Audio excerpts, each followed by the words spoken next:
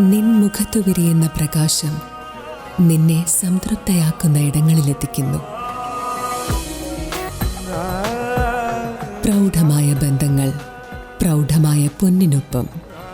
Janata jewellery, Vadakkanchery, Ottupara, Chelakkara, Pazhayannur, Thiruvilwamala and Kuwait. വർഷങ്ങളായുള്ള കാത്തിരിപ്പിനൊടുവിൽ Shoranur bus stand നവീകരണം ആരംഭിച്ചു. യാത്രക്കാർക്കും ബസ്സുകൾക്കും എളുപ്പത്തിൽ യാത്ര ചെയ്യുന്നതിനായി ബസ് സ്റ്റാൻഡ് പൂർണ്ണമായും കോൺക്രീറ്റ് ചെയ്താണ് നവീകരണം. 1 മാസം നീണ്ടുനിൽക്കുന്നതാണ് നവീകരണ പ്രവർത്തികൾ. മലിനജലം ഉൾപ്പെടെ പോകുന്നതിനായി ബസ് സ്റ്റാൻഡിൽ ഇരുവശത്തും മലിനജല ചാലും നിർമ്മിക്കുന്നുണ്ട്. നഗരസഭയുടെ 20 ലക്ഷം രൂപ വിനിയോഗിച്ചാണ് നിർമ്മാണം. 1 മാസത്തോളം നവീകരണ പ്രവൃത്തികൾ ഉണ്ടാകുമെന്നാണ് അധികൃതർ പറയുന്നത്. ദിനംപ്രതി 100 കണക്കിന് യാത്രക്കാരും സ്വകാര്യ ബസ്സുകളുമാണ് ഷൊർണൂർ ബസ് സ്റ്റാൻഡിനെ ആശ്രയിക്കുന്നത്. മഴക്കാലത്ത് ഷൊർണൂർ നഗരത്തിലെ മലിനജല പ്രശ്നം പരിഹരിക്കുന്നതിനായി മലിനജല ശുദ്ധീകരണ പ്ലാന്റും ബസ് സ്റ്റാൻഡിനകത്ത് തയ്യാറാക്കുന്നുണ്ട്. ബസ് സ്റ്റാൻഡിനകത്തെ കുഴികൾ വർദ്ധിക്കുന്നതായി ബസ്സുകാർ ഉൾപ്പെടെ കഴിഞ്ഞ മാസങ്ങളിൽ പരാതി നൽകിയിരുന്നു.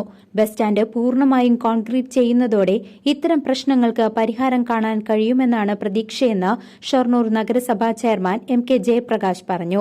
ഷൊർണൂർ നഗരസഭയുടെ കഴിഞ്ഞ വർഷത്തെ സ്പിൽ ഓവർ പ്രോജക്റ്റായിട്ടുള്ള 20 ലക്ഷം രൂപയുടെ ബസ് സ്റ്റാൻഡ് യാർഡ് നവീകരണ പ്രവൃത്തിയാണ് നടക്കുന്നത്.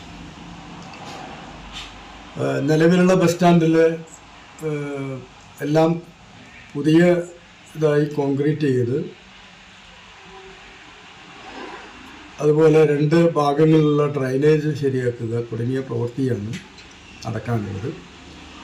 1 മാസം കൊണ്ട് പൂർത്തീകരിക്കണമെന്നാണ് ഉദ്ദേശിക്കുന്നത്. പ്രവൃത്തി എന്തായാലും ആരംഭിച്ചു കഴിഞ്ഞിട്ടുണ്ട്. 1 മാസം കൊണ്ട് തന്നെ അത് പ്രവൃത്തി പൂർത്തീകരിക്കാൻ സാധിക്കും. ബസ് സ്റ്റാൻഡിൻ്റെ മുഖച്ഛായ മാറുന്ന ഒരു പദ്ധതിയായിട്ടാണ് നഗരസഭ ഇതിനെ കാണുന്നത്.